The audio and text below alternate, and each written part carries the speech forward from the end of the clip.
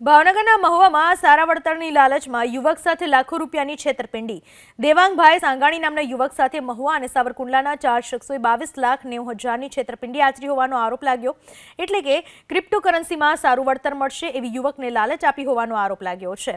આ મુદ્દે મહુવા પોલીસમાં ચિંતન રાવળ, આરીફ બાગોદ, આસિફ કાદરી અને ભરત ગીડા વિરુદ્ધ ગુનો નોંધાયો, જેને લઈને પોલીસે ચિંતન રાવળ અને આસિફ કાદરીની ધરપકડ કરી અને અન્ય આરોપીની શોધખોળ ચાલી રહી છે।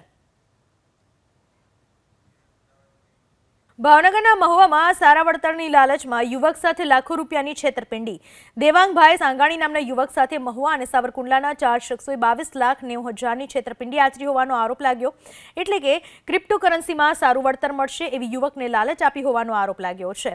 આ મુદ્દે મહુવા પોલીસમાં ચિંતન રાવળ, આરીફ બાગોદ, આસિફ કાદરી અને ભરત ગીડા વિરુદ્ધ ગુનો નોંધાયો, જેને લઈને પોલીસે ચિંતન રાવળ અને આસિફ કાદરીની ધરપકડ કરી અને અન્ય આરોપીની શોધખોળ ચાલી રહી છે।